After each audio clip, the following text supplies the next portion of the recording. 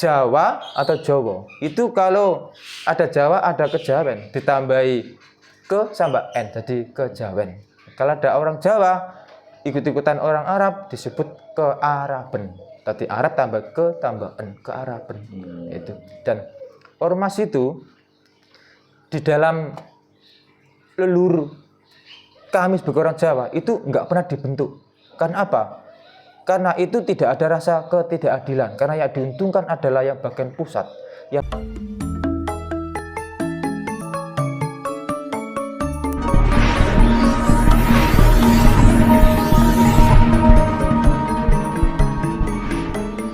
Rahayu.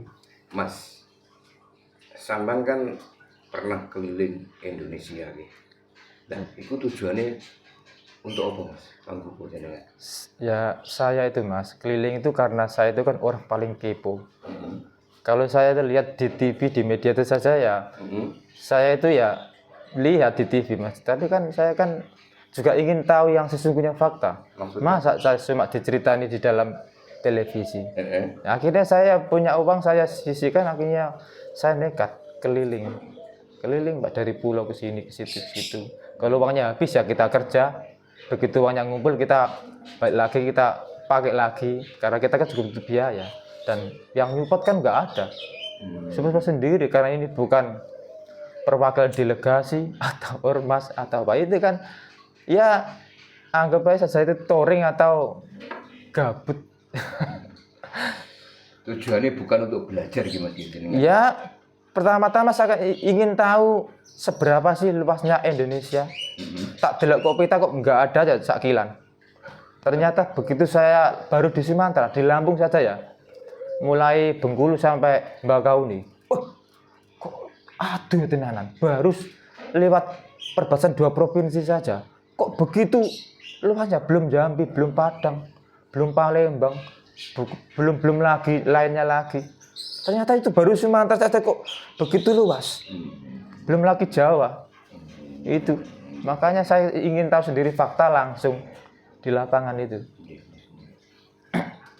Mas, jenengan ini kan keliling Indonesia kan sudah pernah ya. Sudah tahu adat orang A, adat orang B kan tahu semua ya. Terus keyakinan orang A, orang B, orang C dan seterusnya kan sudah paham seperti apa gitu. Nah, sekarang kan banyak orang itu berebut keyakinan. Gitu. Antara si A itu mengklaim bahwa keyakinanku ini yang paling benar gitu, terus si B juga seperti itu dan sebagainya gitu. Sampai terjadi bentrok antar sesama, antar umat, bentrok gara-gara beda keyakinan. Nah, menurut panjenengan yang sudah keliling Nusantara, sudah banyak pengalaman, keyakinan yang paling hakiki itu menurut panjenengan itu seperti apa, Gus Nay? Begini ya, ini menurut pendapat pribadi saya, dari hati saya yang paling dalam yang nggak bisa dibohongi ya.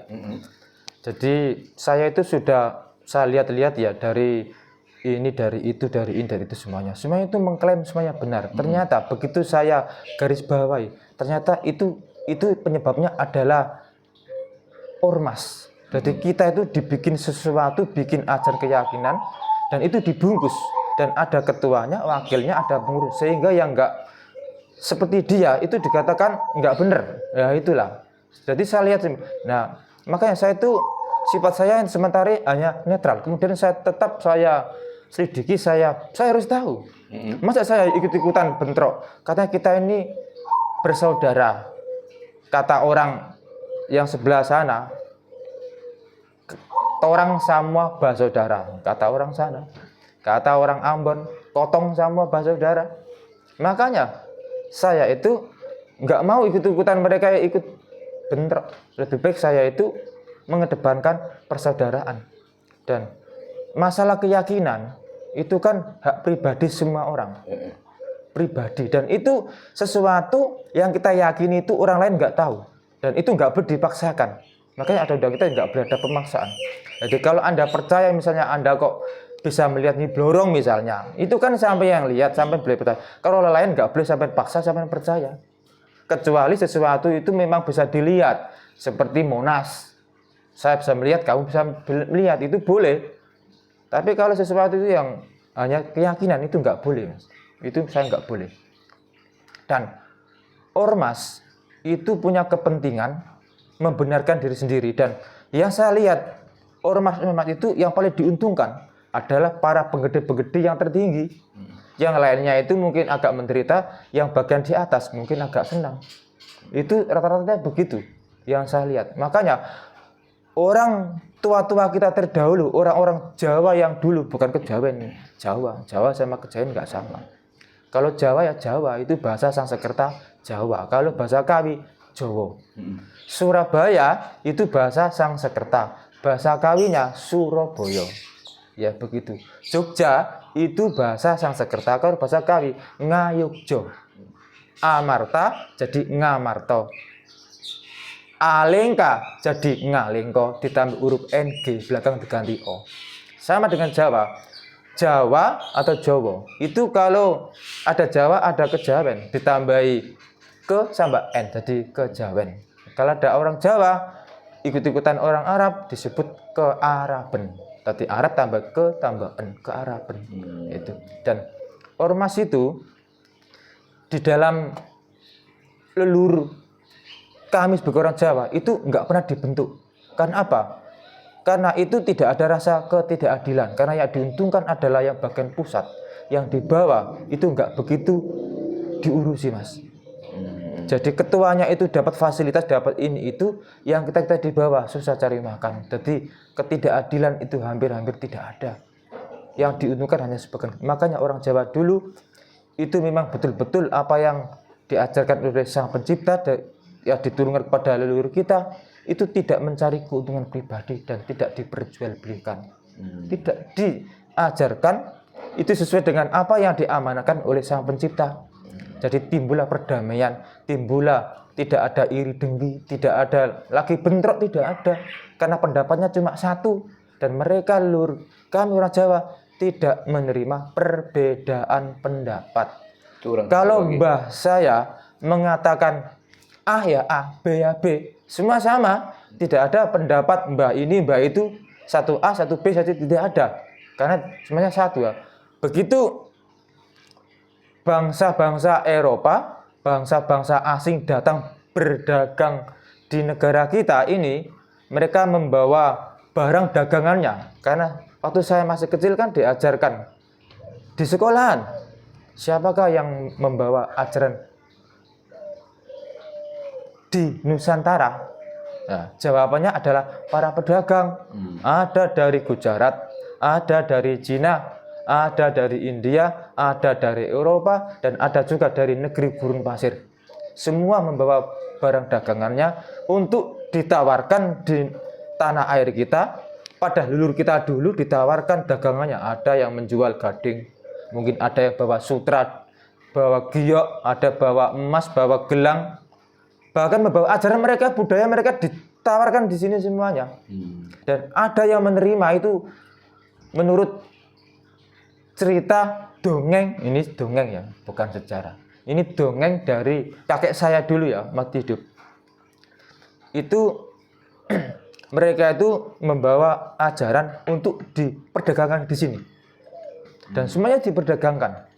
Dan ada yang menerima. Sejak saat itulah apa itu namanya peradaban kita itu mulai tergeser. Akhirnya para leluhur kita yang masih memegang teguh ajaran itu membuat pagar batas. Dan karena orang kita itu menjunjung tinggi ilmu dan adab, mereka itu nggak langsung ngapleki atau merangi, nggak boleh. Karena kita itu nggak boleh. Kalau kamu percaya itu ya bisa sudah, itu pilihan kamu sendiri. Akhirnya dibatasi. Siapa yang mengikuti ajaran kita dari Sang Pencipta, siapa yang mengikuti ajaran asing itu dibedakan. Sehingga tahun 1500 itu bangsa Portugal datang dengan misi berdagang.